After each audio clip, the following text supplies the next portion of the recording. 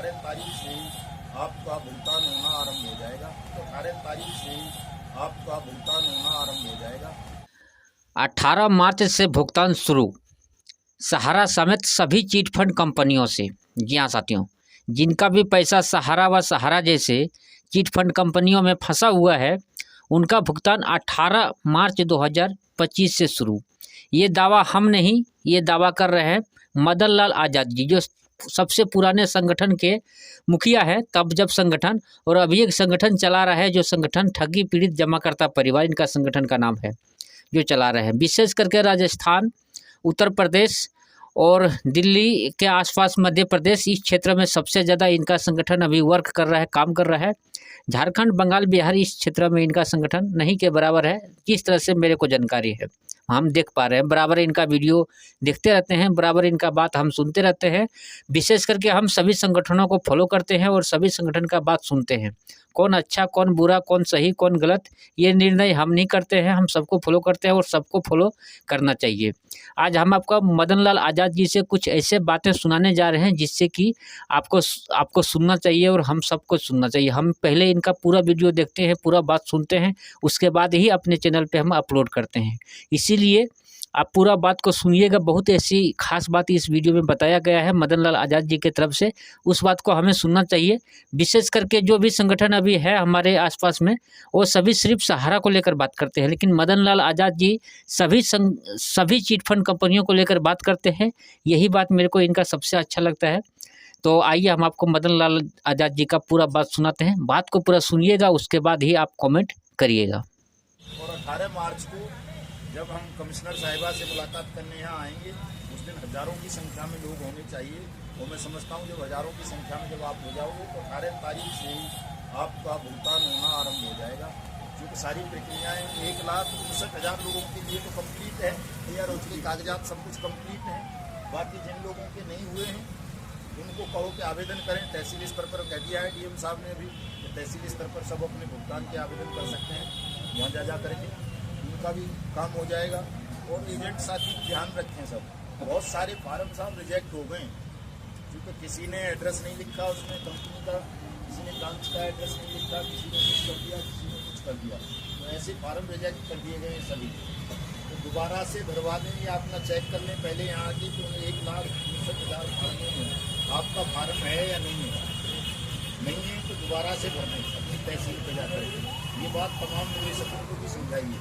और ये भी बताओ साहब, भाई आओगे 18 मार्च को, बात मत करो भाई, सुन लो, बात मत करो, तुम रोज बात कर लो, सुन लो। 18 मार्च को अगर आप आ जाओगे कमिश्नर के यहाँ तो निश्चित रूप से आप सबका भुगतान हो जाएगा। ये बात खुल के कहिए, ऐसा कानून में लिखा हुआ है। तो हम ऐसे ही नहीं कह रहे कि साहब कोई जनसभा में मोदी जी ने कह दिया अगर 15 लाख दे दूंगा सबको मेरी सरकार आ गई, ऐसा नहीं है।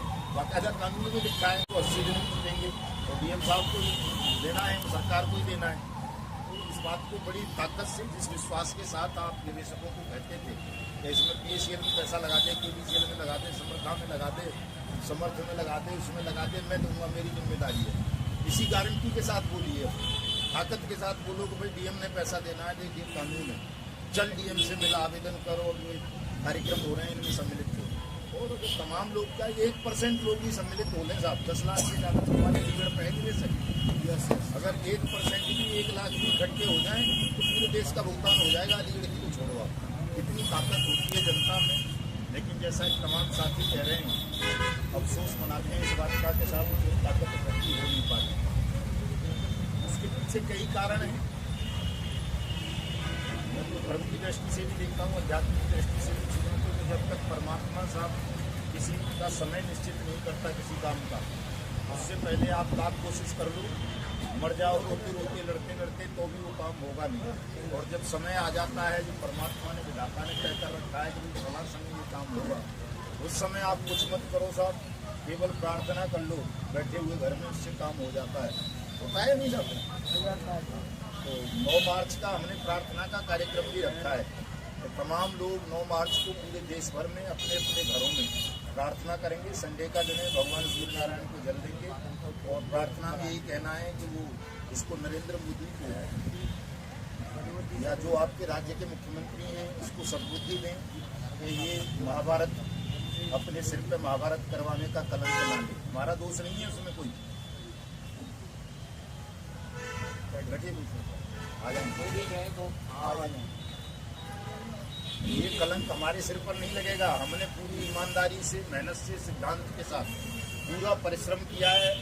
लाखों ज्ञापन दिए हैं, लाखों बार प्रार्थना कर ली है मोदी से, भाई पैसा दे दो, तुमने ये कानून बना दिया है, इस कानून की अनुपालना नहीं हो रही है देश भर में कहीं, और ये पैसा देने की जिम्मेदारी तुमने की है, कंपनियां तुमने बंद की है, ये पैसा लोगों का वापस कर दो। लेकिन साहब उनके कान पर ज़्यादा जी नहीं रहती है। कहीं कहीं तो ये हो रहा है, जैसे हमारे यहाँ अलीगढ़ में हो रहा है, तो ना कहीं कहीं हो रहा है, लेकिन पैसा तो यहाँ भी हाथ में नहीं आया है। तो साहब अगर नारायण सद्बुद्धि दे दें बहुत अच्छी बात है। 1 मई से पहले अगर भुगतान होना आरंभ हो जाता है, 1 मई से पहले भुगतान आरंभ हो जाता है तो कोई लड़ाई नहीं है हमारी, किसी नरेंद्र मोदी के साथ लड़ाई नहीं है, किसी योगी के साथ लड़ाई नहीं है, किसी के साथ लड़ाई नहीं है, कोई लड़ाई नहीं किसी के साथ। और आपका झगड़ा भी खत्म हो जाएगा अगर पैसा बैठ जाओ, भले आदमी बात मत करे करो भाई, ये गलत बात है। आए हो तो श्रोता बनो अच्छे, पहले श्रोता नहीं बनोगे तो नेता कैसे बनोगे? तो नेता नहीं बनोगे तो ये मानेंगे नहीं कोई, कल नेता बनना है आप लोगों को भविष्य। ऐसे हालात बढ़ते जा रहे हैं तो साहब लड़ाई किसी के साथ नहीं है, पैसा वापस कर देते हैं, हमारा झगड़ा खत्म। और पैसा वापस हो जाएगा तो जो निवेशक और एजेंट के बीच पूरी संघर्ष छिड़ा हुआ है वो कभी बंद हो जाना है। पैसे की तो लड़ाई है। और अगर भुगतान नहीं करती है सरकार तो राघव साहब ही शायद दे रहे थे 2027 का टाइम, 2027 तक का कोई टाइम नहीं देना, कोई मतदान का बहिष्कार नहीं करना है किसी को, मतदान करवाना ही नहीं, मतदान ही खत्म करवा देंगे। बांग्लादेश हमारा पड़ोसी देश है, वहाँ मतदान हुआ, सरकार बदल दी लोगों ने, बिना मतदान के बदली नहीं है ना, मारा और उसको भगा दिया है, जान बचानी है तो भाग जाए बांग्लादेश छोड़ के। ठगी तो थी वो, दूसरे ठग ने उसको शरण दे दी हमारे वाले ने, मोदी ने। हम भी ऐसा ही करेंगे, खुली चेतावनी दे रहा हूँ मैं सब जगह, या तो भुगतान कर दे 1 मई से पहले, नहीं करेगा तो इतनी जनता को हम जगा के दिल्ली पर चढ़ाई करेंगे कि तुझे भागने भी नहीं देंगे शेख हसीना की तरह, है ना, झोला उठा के चल दूंगा साहब मेरी क्या वकील वकील कुछ नहीं है, झूठा है, ठग है, बेईमान है नंबर 1 का। भागने नहीं देना उसको किसी को भी, ना मोदी को, ना मोदी के सहयोगियों को, ना किसी ठग को, बल्कि जो भाग गए हैं उनको भी घसीट घसीट के लाना है, चाहे वो कोई अमेरिका जाके बस गया है, ऑस्ट्रेलिया बस गया है या कहीं भी बस गया है। अंत कर देना है इनके पूरे शासन का, सिस्टम का, साम्राज्य का। झूठे झूठ पर झूठ बोलते जा रहे हैं, पीड़ा बढ़ती जा रही है, लोग रोज मर रहे हैं। हमारे ठगी पीड़ित तो आज भी बहुत है, अपने आत्महत्या कर रहे हैं साहब। जो बाराबंकी में करेंगे, फतेहपुर में गोली चल गई, एक एजेंट को निवेशक ने गोली मार दी, एक जयपुर में फांसी लगा दी एक लड़के ने, सहारा के एजेंट ने। इनका बीजेपी का नेता था, खुद दतिया का, वो मर गया जहर खा के पूरे परिवार से, सहारा का एजेंट था। तो ऐसे जो विकट हालात, दुखद स्थितियाँ इन्होंने बना दी हैं बेईमानों ने, इनको राघव साहब 2027 का समय नहीं देना है, कोई मतदान नहीं, कुछ नहीं कहेंगे। देखिए सरकार में बैठा हुआ व्यक्ति यदि अपराध करता है तो वो सम्मान के योग्य नहीं है, वो पद पर बने रहने के योग्य नहीं है। ये कानून भी है, अगर आपका आपराधिक रिकॉर्ड हो तो सिपाही भर्ती नहीं हो सकते, आप थानेदार नहीं रह सकते, जज नहीं रह सकते, आपके खिलाफ अगर आपराधिक रिकॉर्ड बन जाता है आप अपराधी हैं। ये सरेआम अपराध हो गया। 6 साल से जिस कानून को 6 साल पहले आपने बनाया, पूरी संसद ने सर्वसम्मति से बनाया, राष्ट्रपति ने जिस पर साइन किए, खुद तुमने छाती ठोक के कहा संसद के भीतर तो मैं 3 लाख कंपनियां बंद कर रहा हूँ, ये कानून बना रहा हूँ, सबका पैसा वापस करूँगा। और उस कानून को अगर कोई डीएम नहीं मान रहा पूरे देश में, कोई एसपी नहीं मान रहा, कोई तहसीलदार नहीं मान रहा, लोगों के पैसे नहीं दे रहे 6 साल में भी, तो 180 का वादा किया है आपने, तो आपका पूरा सिस्टम ही बेईमान हो गया। और बेईमान सिस्टम को उखाड़ फेंकने का अधिकार जनता को होता है। ऐसा तमाम देशों में हुआ है, हमारे यहाँ भी हुआ है। तो पंडित जवाहरलाल नेहरू देश के प्रधानमंत्री बने तो कोई वोट पड़ी थी, किसी ने वोट डाले थे कि पंडित जी को बना दो प्रधानमंत्री, बिना वोट की बने थे सारे के सारे, चाहे मंत्रिमंडल में जितने भी लोग शामिल थे, चाहे डॉक्टर अम्बेडकर हों, दीनदयाल साहब हों, जितने भी रहे होंगे उस वक्त के, सरदार वल्लभ भाई पटेल वगैरह, वोट से थोड़ा ही बने थे, बिना वोट के ही अंतरिम मंत्रिमंडल का गठन किया था। बात मत करो भाई साहब, सुनो भाई, बात मत करो, सुनो सभी समझो भैया, सुनो। तो ऐसा कुछ नहीं है कि साहब सरकार केवल वोट से ही बदली जा सकती है। सरकार को आप अपनी ताकत से भी बदल सकते हो अगर सरकार में बैठे हुए लोग गलत काम करते हैं। और इन्होंने बहुत गलत काम किया है साहब, पूरे देश को बांट दिया है और अब हालात ये हैं 10-15 दिन से तो अर्थव्यवस्था ही ध्वस्त हो गई है पूरी देश की। अभी तक तो केवल किसान, मजदूर, छोटा कारोबारी वही परेशान था, वो कह रहा था, विरोध कर रहा था। लेकिन अब तो देखोगे आप 92 लाख करोड़ रुपए का नुकसान हो गया है उसमें शेयर बाजार। इस साल में जाके कंप्लीट होगा साहब। इतना भयानक नुकसान हुआ है, पूरे देश की अर्थव्यवस्था ठप हो गई है। पता चला हमारी जो प्रॉपर्टी पड़ी है उन्होंने बेच के उनको देने लगा शेयर बाजार वाला। तो ऐसा नहीं होने देना है। अब हालात बहुत तेजी के साथ देश में बदलने वाले हैं। तमाम लोगों को जगाइए। जब पैसा लेना है अगर आपको भैया अपना, तो चलो आवेदन करो, डीएम को घेरो, कमिश्नर को घेरो, प्रधानमंत्री को घेरो। और नहीं घेरो तो ये पैसा फिर मिल नहीं पाएगा। अगर इस मौके को हम छूट गए तो हमारे पास 2 या 3 महीने का ही समय है और ये काम किया जा सकता है साहब। कोई बड़ा काम नहीं है। ऐसा नहीं कि लोग जागेंगे नहीं, जगाना पड़ेगा। जब फार्म आवेदन नहीं दिए जाते थे सब घरों में पड़े थे, लेकिन जैसे ही आवेदन शुरू हुए देखिए वो भी आपने कितनी भीड़ लग जाती थी जब आवेदन देने वालों की। अरे एक दिन में 20-30 फार्म जमा हुए।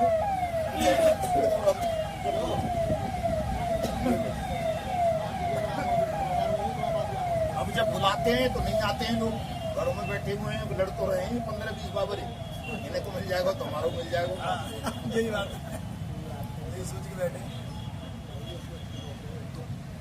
ऐसा नहीं है साहब। कानून ये कहता है सबको अपने अपने हिस्से का आवेदन भी करना पड़ेगा, अपने अपने हिस्से की लड़ाई भी लड़नी पड़ेगी, तभी पैसा मिलेगा सबको। लेकिन जब लड़ोगे तब आप घर में बैठे रहोगे, आवेदन ही नहीं करोगे, आपके आवेदन पर क्या कार्रवाई हुई है ये जानने कभी नहीं जाओगे। कहाँ से मिलेगा? क्या पता तुम्हारा आवेदन रिजेक्ट ही हो गया हो। तो लोगों को थोड़ा सा तथ्यात्मक ढंग से चीज़ों को समझाओ और जब समझ में आ जाएगी सब निकल पड़ेंगे। ऐसा नहीं है कि साहब निकलेंगे नहीं, निकलते हैं लोग। कोई ऐसा मतलब कायरों का देश नहीं है हमारा, साहब लोग लड़ना ही नहीं जानते, निकलते नहीं, निकल रहे हैं। हमने प्रयास किया है तो पूरे देश में आप देख रहे होंगे सर कितने लोग आते हैं। कर्नाटक में 9 अप्रैल का टाइम दिया है मुख्यमंत्री ने मिलने का, सभा के बीच ही आएगा लोगों को। कल परसों आपने हरियाणा के मुख्यमंत्री का बयान सुना होगा, अभी अपने डीएम के आपने सुना होगा, डीएम साहब ने कह दिया तमाम चीज़ों को मान लिया करेंगे। कल मैं आगरा में था, आगरा के कमिश्नर से मिला, उसे पता ही नहीं था कोई ऐसा एक्ट है। तो कह रहा साहब आप एक्ट दिखा दो जिसमें ऐसा लिखा है जो आप कह रहे हो और शासनादेश दिखा दो, पैसे मैं वापस कर दूंगा। उससे मैंने कहा जी 1 घंटे का समय दे दो। तो उस वक्त केवल ज्ञापन ही था हमारे पास, ना एक्ट ना शासनादेश था। अगर ठीक है 1 दिन का कई दिन में मिला दो। उसे अंदाजा था शायद 1 घंटे में ला नहीं सकेंगे या कई दिन बाद भी नहीं आएंगे दोबारा। लेकिन हमने वो डाउनलोड करवा के तमाम चीज़ें एक्ट दी, हमारी गाड़ी भी थी, उसको दे दी, मान लिया उसने कि ठीक है साहब कल से मैं कार्रवाई शुरू कर दूँगा, होली बाद आके आप जब मर्जी देना मैं करूँगा पेमेंट। तो मना तो कोई कर ही नहीं सकता साहब, क्योंकि कानून है। मना करेगा वो वैसे ही मर जाएगा, वैसे पीट देगी जनता। थोड़ा सा जनता को बड़े आत्मविश्वास के साथ इन तमाम तथ्यों को समझाइए, बताइए। और अलीगढ़ का ही ज़्यादा जिम्मेदारी है, चूँकि मैं खुद यहीं का हूँ, तो मेरी भी तो नाक का सवाल है। आप मेरी नाक आपकी नाक कोई अलग अलग थोड़ी है, हमारी सबकी एक ही नाक तो है। नहीं तो सब कुछ मुक्ति मिल जाएगा, मेरे तो अस्तित्व खत्म हो जाएगा अगर भुगतान नहीं हो सका तो। मेरा तो पहले आप लोगों की वजह से मतलब ऐसी स्थितियाँ बन गई हैं तो मेरा तो काम धंधा सब छूट गया है, शरीर भी खत्म होता जा रहा है। मेरे तो मतलब जीवन की लड़ाई है ये, एक तरह से समझिए आप कि अगर मैं भुगतान नहीं करा सका लोगों का तो मर जाऊंगा मैं तो वैसे ही, और कलंकित होकर मरूंगा। लोग कहेंगे चाहे किसी ने 10 रुपये भी ना दिए हों फिर भी वो कहेगा यार मैंने तो 10,000 दिए, साला मर गया, मेरे 10,000 रुपये काटे। तो इस कलंक को नहीं लगने देना है। थोड़ा सा भावनात्मक हाँ होता है ना साहब, जिसने 10 रुपये भी नहीं दिए होंगे कभी वो भी कहेगा साहब मैंने भी 10,000 दिए थे। अभी भी कहते हैं कई लोग, अभी भी कहते हैं जिसने कभी नहीं 1 रुपया भी दिया, चाय नहीं पिलाई, वो भी अरे हमने भी दिए थे ऐसे ही। और जिसने दिए वो बेचारा कोई बोलता ही नहीं। लेकिन बेईमान लोग जो है ऐसा ही बोलते हैं, मरने के बाद तो पता नहीं क्या क्या बकवास करेंगे। थोड़ा सा इस बात को अपने मान सम्मान से भी जोड़िए और तमाम लोग मिलकर के इस लड़ाई को लड़ो।